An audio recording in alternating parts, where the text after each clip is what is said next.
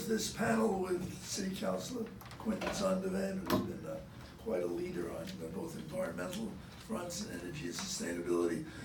By the way, all of you who are so generously sitting here, I mean, you are going to be our editorial committee, right? When we get a draft, we're going to send it out to everybody who's signed up with an authentic, reachable address. Right? And say, you know, whatever time you got to put in, you care about this, the arts and, arts part, you get it read over and you send back your criticisms or suggestions, and our committee will take them, or we'll just draft you to do the rewrite. So, did anyone not get the sign-up list? Oh my God, where's the clipboard? I got him. Okay, we got about 40 people here that have. All right.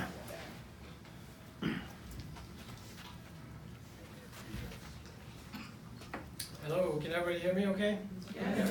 All right, good. I don't have a very loud voice, so let me know if I need to speak up.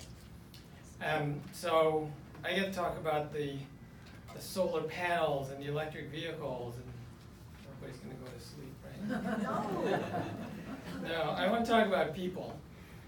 When we talk about the environment, sometimes we get accused of not caring about people, and that's totally backwards, right? Because we only care about the environment, not only, but we mostly care about the environment because of the impacts it has on people. So when we're talking about a Green New Deal, one of the criticisms we get is, well, how do you pay for that, right? And here we are talking about a moral budget. So the answer is kind of obvious, right? We need to defund our military programs and put more money into all the other great programs that are being discussed today, including environmental justice. And what does that look like, right?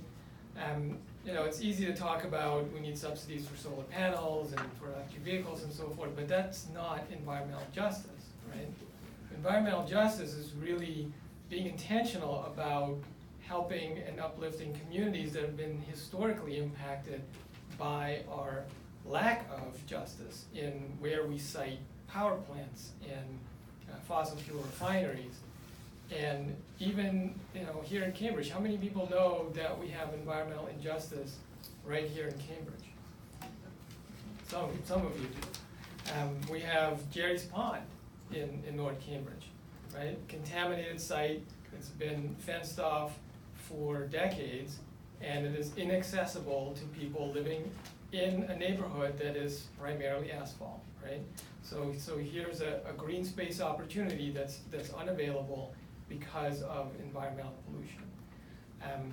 We have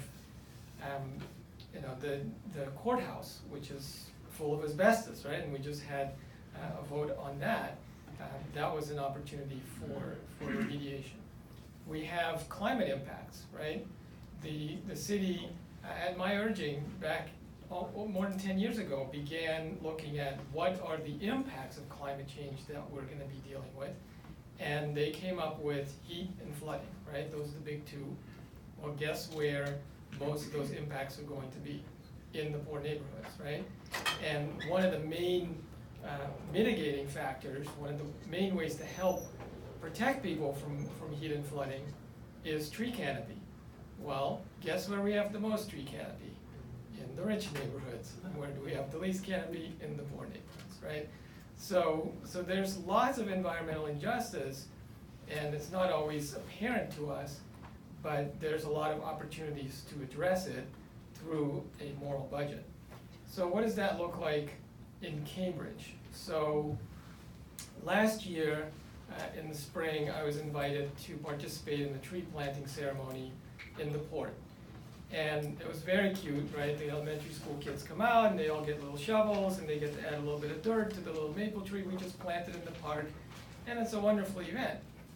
And as I'm looking around this park, I think, why don't we have more trees in this park, right?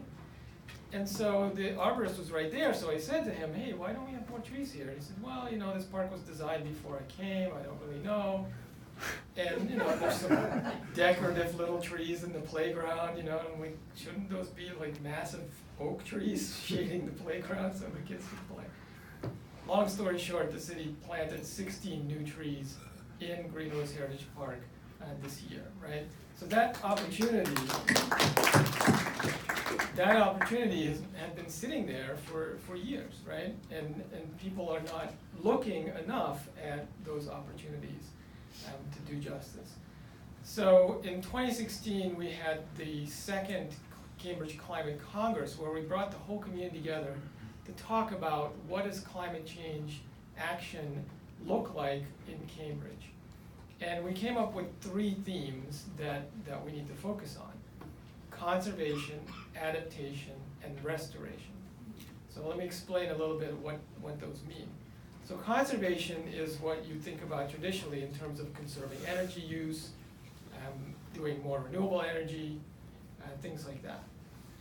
Adaptation is preparing for climate change, right? Resilience, so planting more trees, making sure that our buildings are flood resistant, and things like that.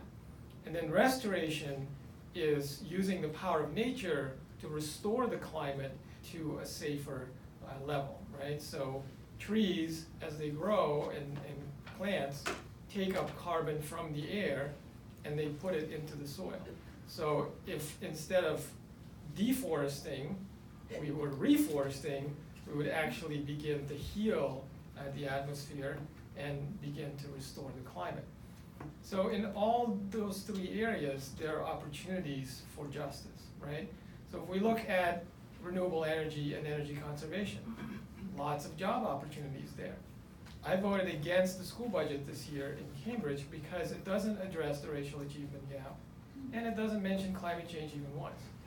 And both of those 2 things could be addressed at the same time, right? If we had job training programs in our curriculum in the high school for carpentry, which we have, electrical, which we no longer have, plumbing, we no longer have, right?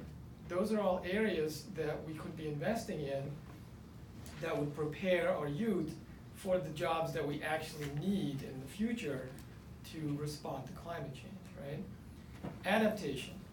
We need to plant more trees. We diagnose, as part of Green Cambridge, we diagnosed that we have an 18% canopy loss over the last decade, right?